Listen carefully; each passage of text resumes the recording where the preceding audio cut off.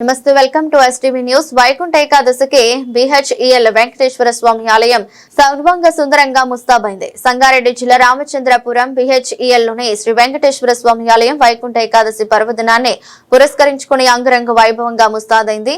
ప్రత్యేక పుష్పాలంకరణలు, దీపాల అలంకరణతో ఆలయాన్ని శోభయమానంగా తీర్చిదిద్దారు. ఒకే ప్రాంగణంలో అన్ని దేవతల దర్శనం లభించడం ఈ ఆలయ ప్రత్యేకత.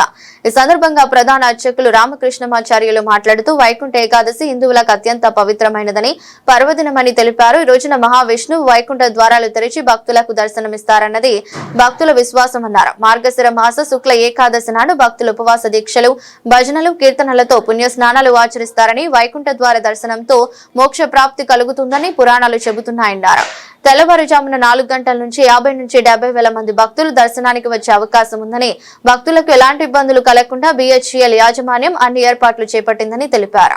శ్రీలక్ష్మీ వల్లభారంభాం విఘ్నో మునిమధ్యమాం అస్మదాచార్య పర్యంతాం వందే గురు పరంపరాం. వందే శ్రీనయనోత్పలస్య శిశిరం శేషాచలాధీశ్వరో బ్రహ్మార్జితపాదపద్మయుగళం లోకైకనేత్రోత్సవం వాసిష్ఠైః శనకాదిభిర్మునిగణైః సంస్తూయమానం సదా భక్తానామఖిలార్థదాయ నమః. శ్రీ వెంకటేశం గురు. భక్తుడికి మనవి బిహెచ్ఎల్ శ్రీ వెంకటేశ్వర స్వామి యొక్క దేవాలయము. నా పేరు రామకృష్ణమాచార్యులు, ఆలయ ప్రధాన అర్చకుని ఇక్కడ.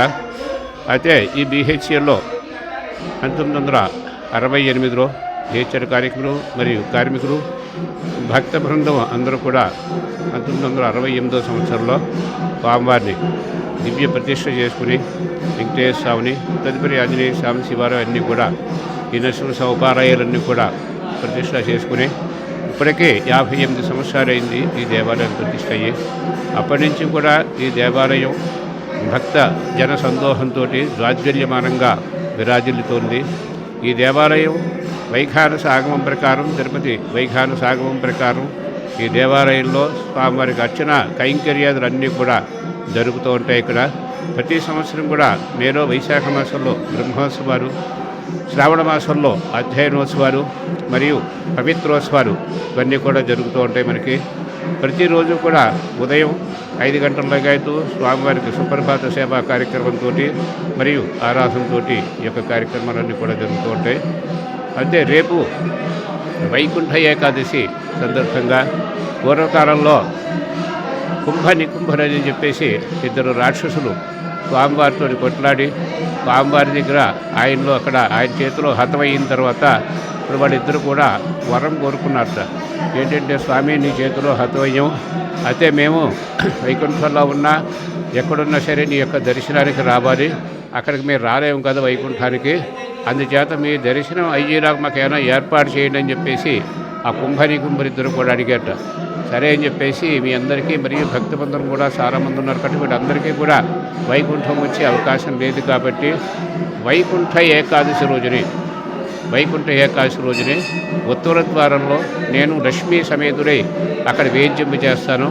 అందుచేత భక్తులందరూ కూడా ఉత్తర ద్వారంగా ఆ రోజు వచ్చి అందరికీ కూడా కరుణించి వాళ్ళందరికీ కూడా దర్శనమిస్తానని చెప్పేసి ఆయన వరం ఇవ్వడం జరిగింది కుంభరికి.